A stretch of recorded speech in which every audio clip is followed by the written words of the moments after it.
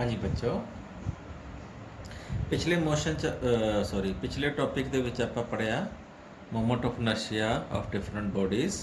ਪਹਿਲਾਂ ਆਪਾਂ video lecture ਦੇਖਿਆ ਸੀ movement of inertia of a uniformly thin circular ring, and then ਆਪਾਂ ਲਾਸਟ ਵੀਡੀਓ ਲੈਕਚਰ ਦੇਖਿਆ ਸੀ movement of inertia about of a uniformly circular disc, uniform circular disc. ਹੁਣ ਅੱਜ ਆਪਾਂ ਕਰਨ ਜਾ ਰਹੇ ਹਾਂ dynamics of rotational motion about a fixed axis. ਤੋ ਡਾਇਨਾਮਿਕਸ ਦੇ ਵਿੱਚ ਕਿਆ ਹੈ, ਕੁਝ ਰੋਟੇਸ਼ਨਲ ਮੋਸ਼ਨ ਦੇ ਵਿੱਚ ਫਾਰਮੂਲੇਜ਼ ਨੇ। ਵਰਕ ਡਨ ਕਿਆ ਹੁੰਦਾ, ਪਾਵਰ ਕਿਆ ਹੈ, ਟਾਰਕ ਕਿਆ ਹੈ, ਫੋਰਸ ਕਿਆ ਹੈ, ਉਹਦੇ ਕੁਛ ਇਹ ਬਾਕੀ ਤਾਂ ਆਪਾਂ ਇਹ ਥੋੜਾ ਤਾਂ ਆਪਾਂ ਪੜ੍ਹ ਹੀ ਚੁੱਕੇ ਹਾਂ। ਮੀਨਸ ਜੋ ਆਪਾਂ ਪੜ੍ਹਿਆ ਹੈ ਡਾਇਨਾਮਿਕਸ ਦੇ ਵਿੱਚ, ਮੈਂ ਸਾਰੇ ਰੋਟੇਸ਼ਨਲ ਮੋਸ਼ਨ ਵਾਲੇ ਚੈਪਟਰ ਦੇ ਵਿੱਚ ਉਹਨੂੰ ਇੱਥੇ ਇਕੱਠਾ ਸਮ ਅਪ ਕਰ ਰਿਹਾ।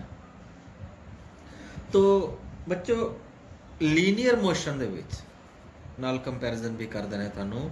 ਲੀਨੀਅਰ ਮੋਸ਼ਨ ਜਾਂ ਟਰਾਂਸਲੇਟਰੀ ਮੋਸ਼ਨ ਜਾਂ ਆਪਾਂ ਜਿਹੜਾ ਚੈਪਟਰ ਪੜ੍ਹ ਚੁੱਕੇ ਹਾਂ ਵਰਕ એનર્ਜੀ ਪਾਵਰ ਦੇ ਵਿੱਚ ਤੁਸੀਂ ਵਰਕ ਡਨ ਪੜ੍ਹਿਆ। Small amount of work done is force into small amount of displacement, linear displacement. ਇਹ ਤਾਂ ਹੈ ਵਰਕ એનર્ਜੀ ਪਾਵਰ 'ਚ।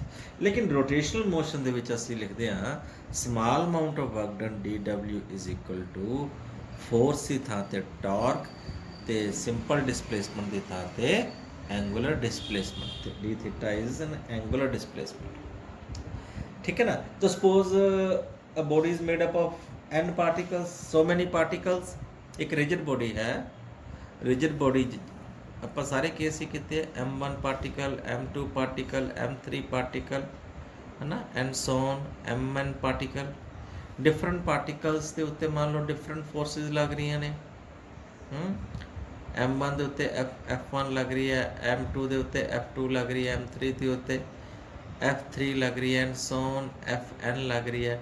ਤੋ ਰੋਟੇਟ ਕਰ ਰਹੀਆਂ, these forces are rotating. It suppose first particle ਦੇ ਉੱਤੇ ਜਿਹੜੀ ਫੋਰਸ F1 ਲੱਗ ਰਹੀ ਹੈ ਉਹਦੇ 'ਚ ਰੋਟੇਸ਼ਨਲ ਮੋਸ਼ਨ ਟਾਰਕ τ1 ਪੈਦਾ ਕਰ ਰਹੀ ਹੈ। ਤੋ ਉਹਦੇ 'ਚ ਡਿਸਪਲੇਸਮੈਂਟ ਹੋ ਰਹੀ ਹੈ angular displacement D theta. Second particle ਦੇ ਉੱਤੇ ਤੋਂ ਵਰਕ ਡਨ ਹੋਏਗਾ DW1, ਸੈਕਿੰਡ ਪਾਰਟੀਕਲ ਦੇ ਉੱਤੇ DW2 τ2 ਇਨਟੂ ਡੀ ਥੀਟਾ। ਤਾਂ ਐਂਗੂਲਰ ਡਿਸਪਲੇਸਮੈਂਟ ਤਾਂ ਸੇਮ ਹੀ ਹੋਣਾ, ਕਿਉਂ? Because the body is rigid. तो जब बॉडी रिजिड है एंड एक ਜਿਹੜਾ डिसप्लेसमेंट है एंगल जो बॉडी घूमूगी तो जिन्ना एक पार्टिकल च डिसप्लेसमेंट होएगा, जिन्ना M1 च डिसप्लेसमेंट होएगा उन्ना ही M2 च होएगा, उन्ना ही M3 च हो जाएगा, है ना। तो सारे पार्टिकल्स में total work done I can write sum कर लाँगे W1 plus W2 plus W3 and so on. तो टोटल वर्क डन लिखा जा सकता है means τ1 plus τ2 plus τ3 and so on, ठीक है। एंगुलर डिस्प्लेसमेंट कांस्टेंट से बाहर आ गया बराबर से। तो τ1 plus τ2 लिख सकते हैं, τ1 plus τ2 plus τ3 is called total torque। इनू की लिख सकते हैं आप, total torque।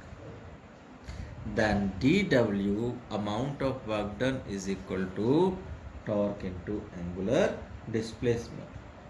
Now dividing both sides by dt, time ना divide कर दो by dt, या differentiating both sides with time। तो इधर हो जाएगा dw upon dt is equal to tau into d theta upon dt। तो this is called power. D theta upon D T क्या होता है? Angular velocity, rate of change of angular displacement with time is called angular velocity. Similarly जिमें power P is equal to force into velocity है linear motion च, तो rotational motion च power क्या होता? Torque into angular displacement. Okay, क्योंकि असी पढ़िया पावर कि बराबर है tau into omega, sorry tau into omega, power which is DW upon DT, tau into omega. Now if work done is equal to kinetic energy, I can say body is moving kinetic energy। तो half of I omega square लिख सकते हैं। तो tau into omega can be written as d upon D t of half of I omega square. तो half of I constant है, d upon D t of omega square. Omega square का derivative क्या आएगा, omega square का होएगा 2 omega into d omega upon D t. 2 ना 2 cut गया, right. तो अपने को क्या आ गया, d omega upon D T क्या होता है, अल्फा। तो टाउ इंटू ओमेगा की वैल्यू आ गई I into omega into alpha. तो ओमेगा ना ओमेगा काट दो, टॉर्क आ गया आई इंटू अल्फा। तो टॉर्क नू मैं लिख सकता, that can be defined as product of movement of inertia and angular acceleration. Corresponding आप लिखते हैं force mass into acceleration, linear motion. Force की थां ते टॉर्क आ गया, मास की थां ते आ गया movement of inertia, linear acceleration की थां ते आ गया एंगुलर एक्सेलरेशन। ओके, नाउ देखो रोलिंग मोशन हुंदा है ना। रोलिंग मोशन च मैं दसना चाहवा, एक तो होंदी प्योर रोटेशनल मोशन।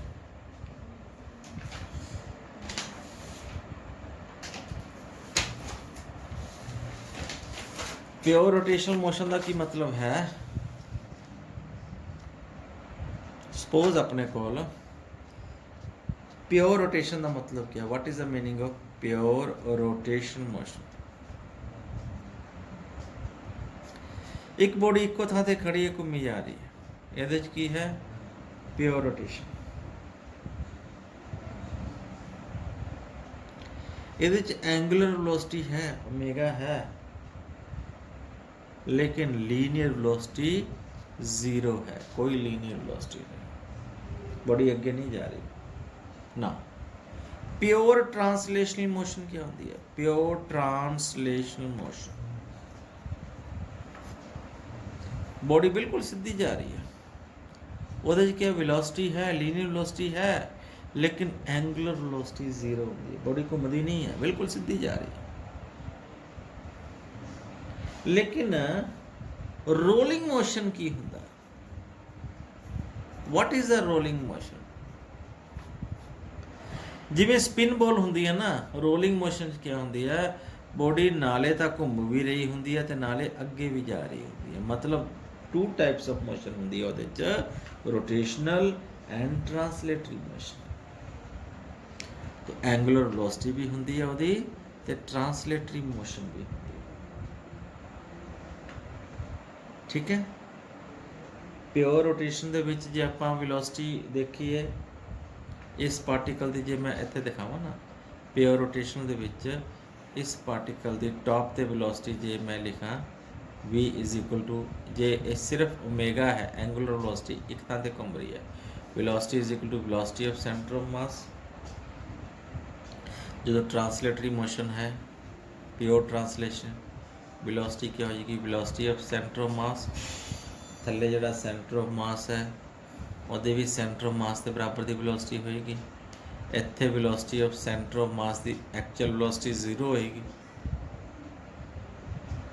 लेकिन इत्थे जिहड़ा जो बॉडी टॉप थल्ले तो वेलोसिटी सेंटर ऑफ मास की होई होएगी जो सेंटर ऑफ मास की है, लेकिन टॉप ते जिहड़ी वेलोसिटी है वो 2 टाइम्स द सेंटर ऑफ मास होएगी, ठीक है। क्योंकि इधर उन्नी वेलोसिटी पिछे होएगी, इधर अगे न होएगी, 2 times the centre of flow. क्योंकि एक तो इन्हें अगे न जाना, एक सेंटर ऑफ मास भी एक तो वैसे घूम रही है VCM नाल, ते क्योंकि वेलोसिटी ऑफ सेंटर ऑफ मास भी अगे न जा रही है, वो वेलोसिटी भी इत्थे एडअप हो जाएगी। ये 3 तरह की मोशन होंदी है, प्योर रोटेशन भी, pure translation and rolling motion, ठीक है। नाउ असी अगला जिहड़ा टॉपिक करना है वो की है, that is kinetic energy of rolling motion।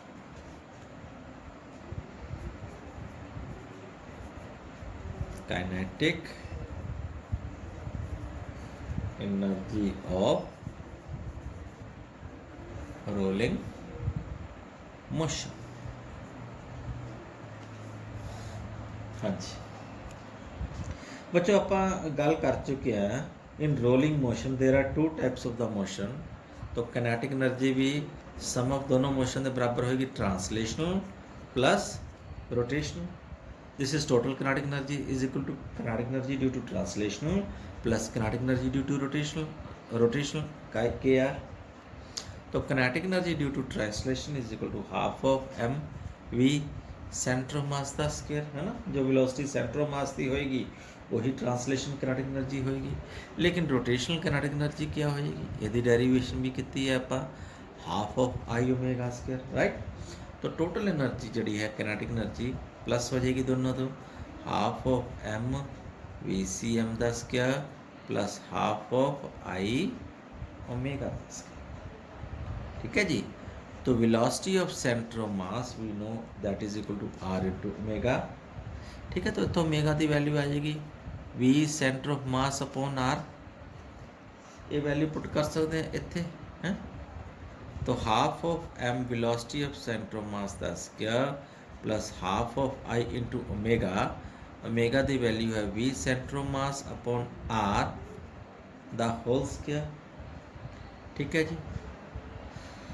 तो आई की वैल्यू भी सानू पता है, आई मोमेंट ऑफ इनर्शिया क्या होंदा, M K square, K is radius of gyration, K is radius of gyration, ये भी पढ़ चुके हैं रेडियस ऑफ जायरेशन। ये वैल्यू भी पुट कर दी इतने half of M into velocity of centre of mass square plus half of M K square into V C M square upon R square. तो इतों तो आ जाएगा कॉमन क्या, half M V C M square common आ जाएगा, इतने तो बच गया 1 प्लस इतने बच गया क्या K square upon R square. ये फार्मूला क्या दा बन गया, टोटल किनेटिक एनर्जी।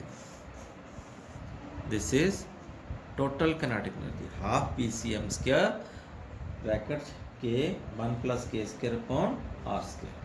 हुण स्पैशल केसेस निकल जाते। Now what are the special cases. Special case number 1 in case of solid cylinder, solid cylinder और uniform circular disc, moment of inertia का फार्मूला दोनों केसेस दे विच हाफ एम आर स्क्वायर होंदा, right. मीनस M K square की value किधर बराबर होगी, half M R square. मतलब चाहे तो सॉलिड सिलेंडर पूछ लन ओदा भी हाफ एम आर स्क्वायर है, तो यूनिफॉर्म सर्कुलर डिस्क की मोमेंट ऑफ इनर्शिया भी हाफ एम आर स्क्वायर है। तो एम के स्क्वायर के बराबर लिख सकते हैं। तो इतों आप रेशो ले लेंगे एम ना एम कटिया गया, के स्क्वायर अपॉन आर स्क्वायर की वैल्यू क्या आ गई 1/2 इतने पुट की जा सकती है। तो in that case kinetic energy क्या आ जाएगी, half of M V C M the square into 1 plus 1/2 that comes out to be 3/4 M V C M the square. ये आ गया पहला case. Second case in case of hollow sphere,